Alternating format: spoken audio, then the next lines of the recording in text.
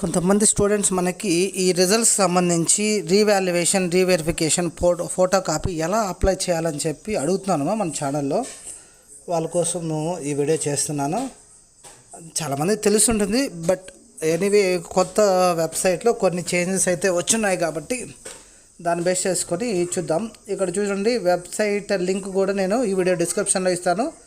sbgt.ap.gov.in click చేసిన వెంటనే మీకు అక్కడ నేను కర్సర్ చూపించున్నాను కదా, ఇది క్లిక్ హియర్ ఫర్ ఆర్వీఆర్సీ అని చెప్పి C20 C16 అని క్లిక్ చేసిన తర్వాత ఇక్కడ స్కీమ్ అడుగుతుంది. C20 అయితే C20, C16 అయితే C16.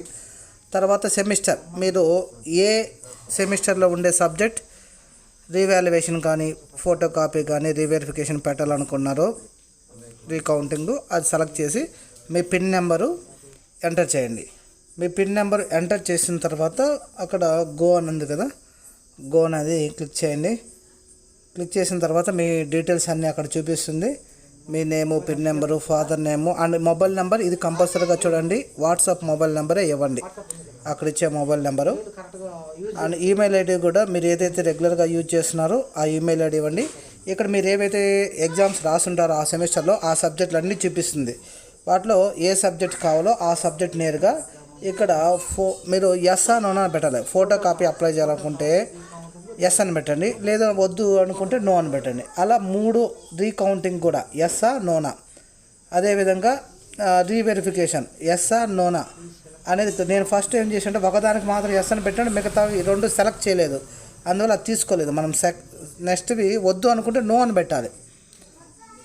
అది ఫోటో కాపీ, రీకౌంటింగ్, రీవెరిఫికేషన్ 3టికి మనం ఆప్షన్స్ ఎస్ అయితే ఎస్, నో అయితే నో. మీరు దేనికి ఎస్ అనుకున్నారో దాన్ని క్లిక్ చేసిన వెంటనే మీకేం చేస్తుందంటే అది ఫీజు పేమెంట్ ఎంత పే చేయాలో కూడా చూపిస్తుంది. యు నో దట్ రీకౌంటింగ్ అయితే 600 ఉంది, ఫోటో కాపీకి అయితే 1000 రూపీస్ ఉంది, నెక్స్ట్ రీవెరిఫికేషన్కి 4500 అమౌంట్ అయితే ఉంది. అది మీరు సెలెక్ట్ చేసుకునే దాన్ని బట్టి చూపిస్తుంది. ఇది ఒక్క సబ్జెక్ట్కి. అలా మీరు ఎన్ని సబ్జెక్ట్స్కి అయితే అప్లై చేయాలనుకుంటారో అన్ని అమౌంట్స్ మీరు పే చేయాల్సి వస్తుంది.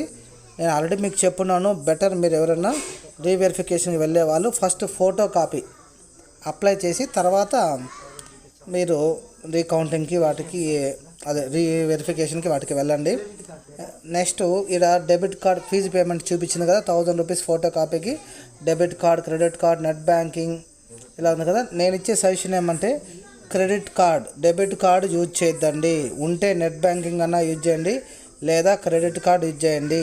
డెబిట్ కార్డ్ అంటే ఏటీఎం కార్డు వాడొద్దండి, ఎందుకంటే ట్రాన్సాక్షన్స్లో మధ్యలో ఆగిపోతుంది, మీకు చాలా ప్రాబ్లం అనేది వస్తుంది. కాబట్టి ఎవరైనా ఫ్రెండ్స్ కావచ్చు, ఎవరైనా తెలిసిన వాళ్ళది క్రెడిట్ కార్డు మాత్రమే యూజ్ చేయండి, లేదా నెట్ బ్యాంకింగ్ అన్నా యూజ్ చేయండి, కానీ డెబిట్ కార్డ్ అయితే అస్సలు యూజ్ చేయొద్దండి. నేను ఇక్కడ చూపించాను, నేను చూపించిన ట్రాన్సాక్షన్ కూడా నాది ఫెయిల్ అయిపోయింది మధ్యలో.